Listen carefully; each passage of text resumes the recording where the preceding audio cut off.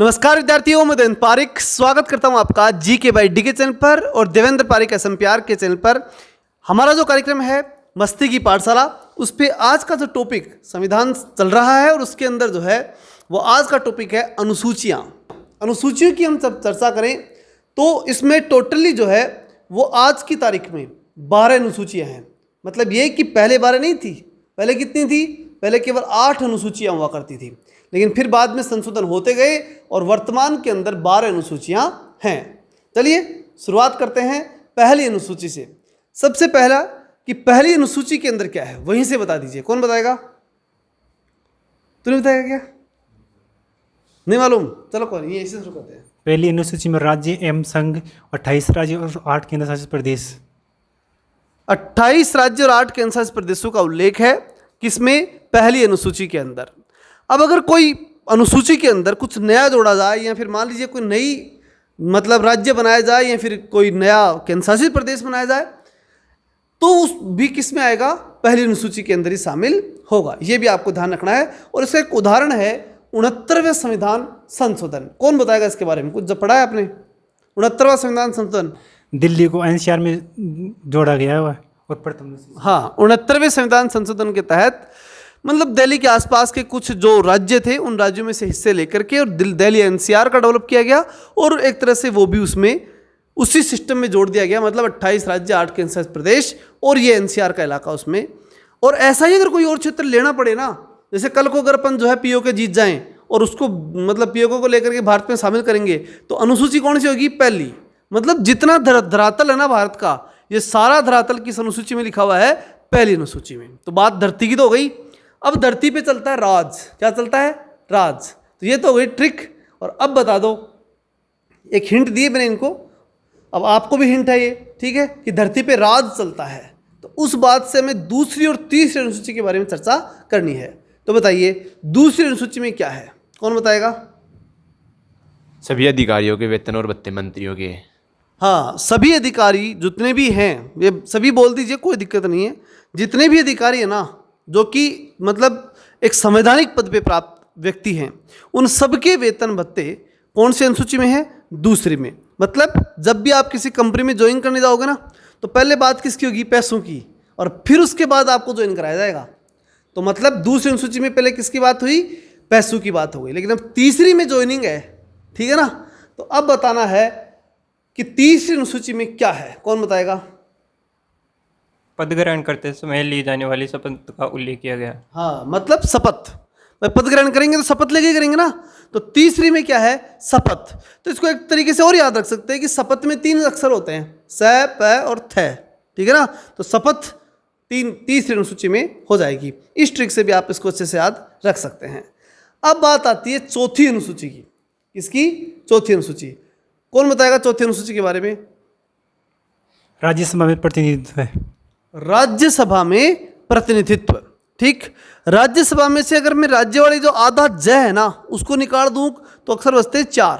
मतलब पूरी राज्यसभा शब्द में 4.5 अक्षर है। तो ऐसे ध्यान रखना कि राज्यसभा के विषय का मामला कहाँ है? चौथी अनुसूची में। और क्या है कि राज्यसभा के लिए सीटें तय हैं हर राज्य से। जैसे राजस्थान से 10 है, ठीक है, तो प्रत्येक राज्य से सीटें डिसाइड हैं। तो वो सीटें डिसाइड होकर के कहाँ लिखी गई है? चौथी अनुसूची में। क्लियर? अब बात आ गई 5वीं अनुसूची की। 5वीं अनुसूची में क्या है?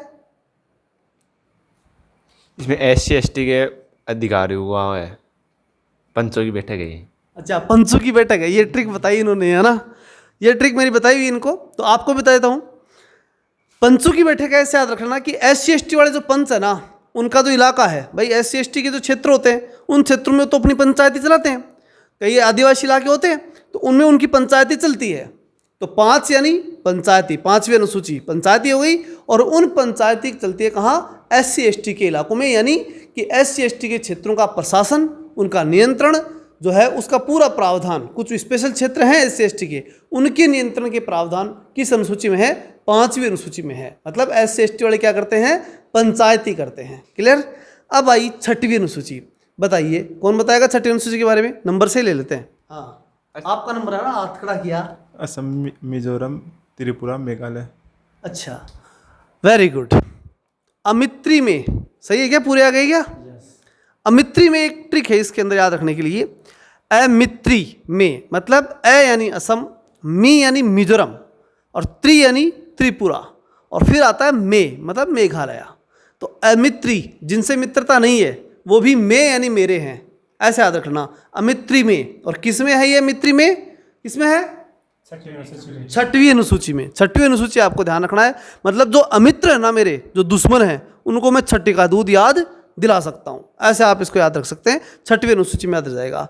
ठीक, अब बात करते हैं कौन सी? सातवीं अनुसूची। सातवीं में क्या है, कौन बताएगा?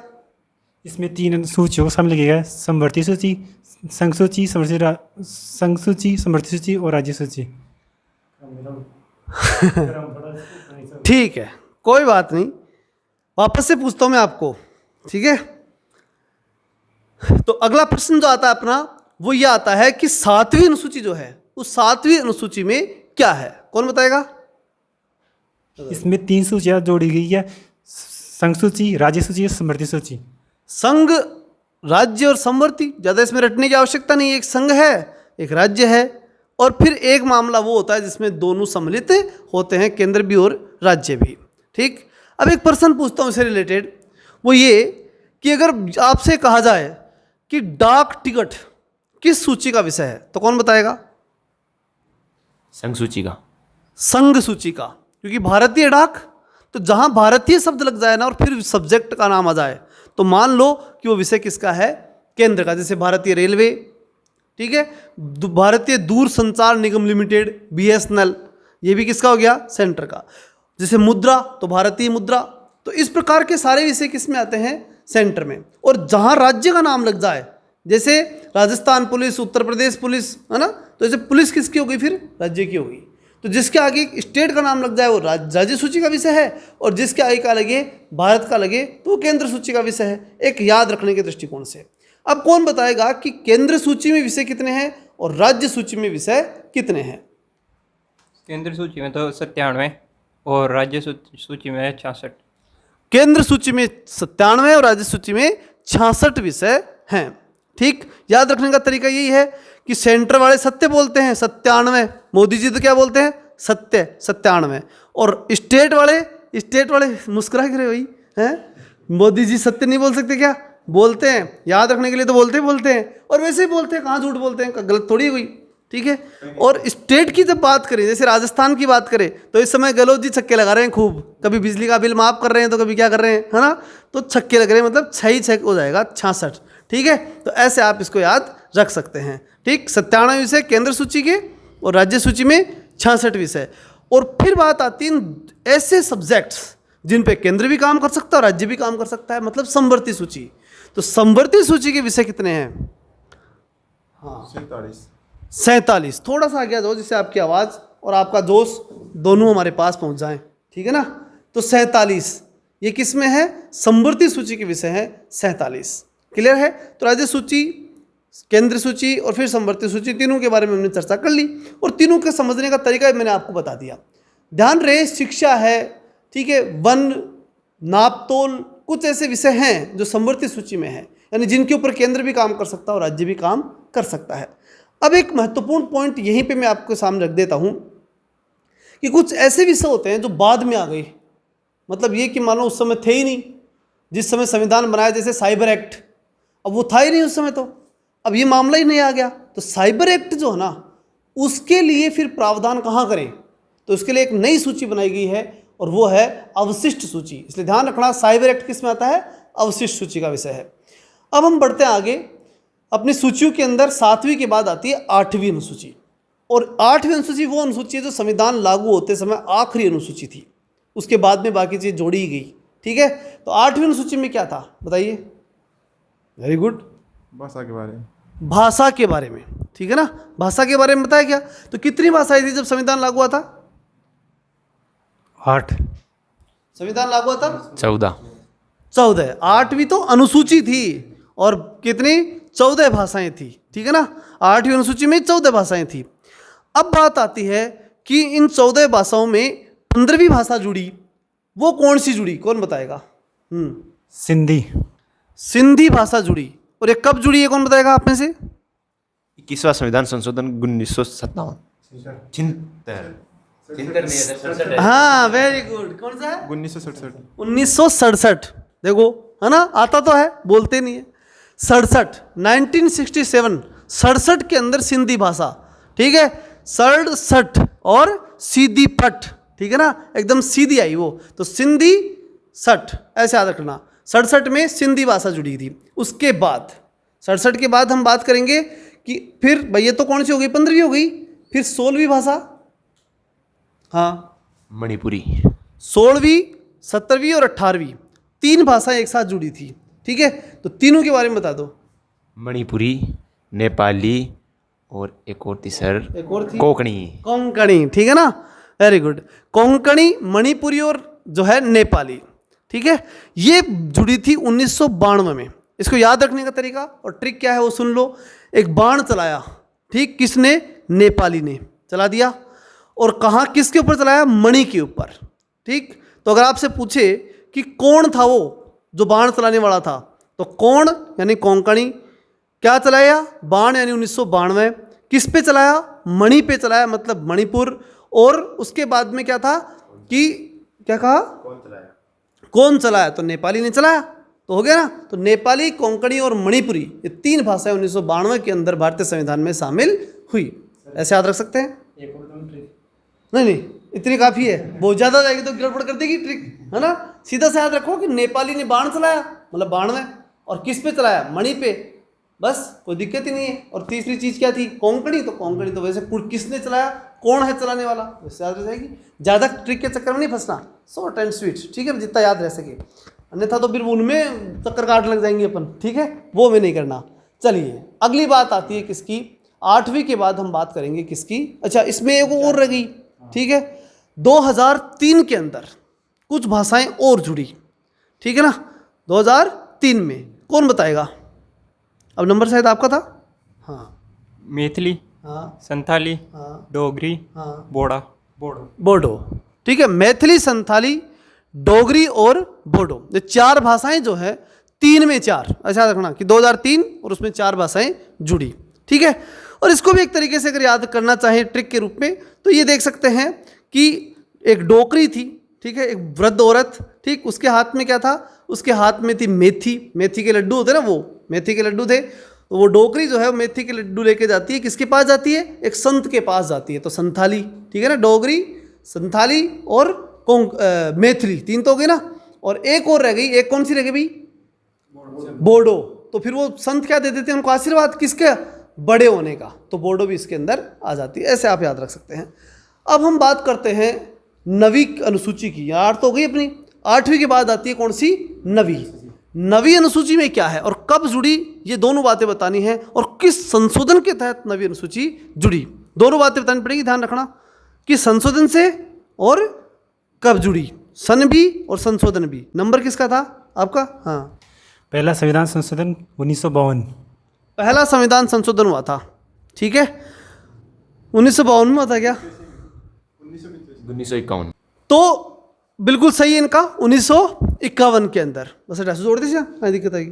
तो इनका बिल्कुल सही है, 1951 के अंदर प्रथम संविधान संशोधन हुआ था, ठीक है ना। और उस संशोधन के तहत जो है वो 9वीं अनुसूची जोड़ी गई। लेकिन अब प्रश्न आता है कि 9वीं अनुसूची जब जोड़ी गई, भाई संशोधन पहले 8 अनुसूचियाँ थी, 9वीं जोड़नी थी, तो पहला संशोधन यही करना था, कर दिया।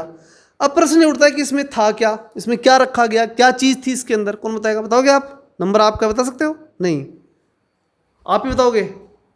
आप कोशिश कर लो, होता है तो चलिए, कोई नहीं, आप बता दीजिए। कोर्ट इसमें कानून में हस्तक्षेप नहीं कर सकता है। वेरी गुड, यानी 9वीं अनुसूची का अगर कोई सब्जेक्ट है ना, उसमें कोर्ट हस्तक्षेप नहीं कर सकता। इसलिए सरकारें क्या करती हैं?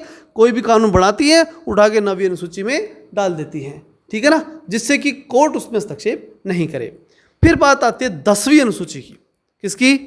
10वीं की, 10 का दम, ठीक। तो 10वां संविधान संशोधन, आज तो पूरे जोश में है। संदीप, चल बता। दल बदल के बारे में। वेरी गुड, 10 का दम, दल बदल, ठीक। अच्छा, कब? ये तो कब तो इसमें संशोधन हुआ और कौन सा था? हाँ, 1985। 1985 में संशोधन हुआ था, बिल्कुल सही। कौन से नंबर का था ये? 52वां संविधान संशोधन। तो एक साथ बोल सकते हो पूरी बात को? देख कोशिश करो।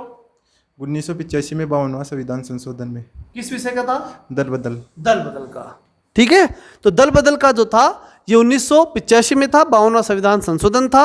लेकिन इसमें एक पेच ये होता है कि उस राज्य की विधानसभा का अध्यक्ष डिसाइड करता है कि यहाँ दल बदल हुआ या नहीं, चाहे वो कैसे भी हो। आखिरी डिसीजन किसका होता है? विधानसभा अध्यक्ष का। इसलिए इसका कोई ज़्यादा महत्व नहीं बचता है। तो अंतिम पड़ाव पे अपन आ गए हैं और अंतिम पड़ाव है 11वीं और 12वीं अनुसूची का। 11वीं अनुसूची की अगर हम बात करें तो ये कब जोड़ी गई, यानी सन कौन सी थी और कौन सा संशोधन था? कौन बताएगा? 73वां संविधान संशोधन 1993 में। 73वां संविधान संशोधन था, 1993 के अंदर ये जोड़ी गई थी। हालांकि 73वां संविधान संशोधन कब हो गया था? 1992 में, लेकिन जोड़ने की बात थी तो 93 के अंदर ही ये जोड़ा गया था। कौन? 73वें संविधान संशोधन के तहत ये 11वीं अनुसूची जोड़ी गई। लेकिन अब प्रश्न उठता है कि इस 11वीं अनुसूची के अंदर क्या चीज शामिल की गई थी, मतलब इसके तहत क्या चीज जोड़ी गई भारतीय संविधान में? राजकीय कार्यों के लिए 29 विषय। राजकीय कार्यों के लिए 29 विषय, तो सही है, लेकिन ये 29 विषय किसके होंगे? पंचायती राज के। पंचायतों के। ये विषय किसके होंगे? पंचायतों के होंगे। और पंचायतों में राजकीय कार्य करने के लिए पंचायतों को 29 विषय दिए गए थे। ठीक है, अब बात आती है किसकी? 12वीं अनुसूची की। तो 12वीं अनुसूची कब जोड़ी गई और किस संशोधन से जोड़ी गई? पहला प्रश्न तो ये है। हाँ, 74वां संविधान संशोधन 1993। 74वां हो गया। अब 73वें में तो ग्रामीण स्थान शासन जुड़ा था और अब 74वां संविधान संशोधन, दोनों की सन 93 याद रखना। ठीक है, तो 1993 में सब्जेक्ट कितने थे और किसके लिए थे? किसके लिए थे? नगर पालिका के लिए 18 विषय। नगर पालिकाओं के लिए थे और 18 विषय थे। क्लियर? तो ये थी अपनी टोटल 12 अनुसूचियाँ। क्लियर है? मेरे अकॉर्डिंग लगभग आपके सब कुछ याद हुआ होगा। ठीक, अगर आपको अच्छा लगा तो चैनल को सब्सक्राइब जरूर करें, अधिक से अधिक मित्रों के पास भेजें। ठीक है, और कोशिश करें कि नियमित जुड़े रहें, क्योंकि इससे आपको बहुत बड़ा लाभ होने वाला है और बहुत अच्छी जो है आपकी तैयारी होगी। ठीक है, मिलते हैं कल, तब तक के लिए जय हिंद, जय भारत।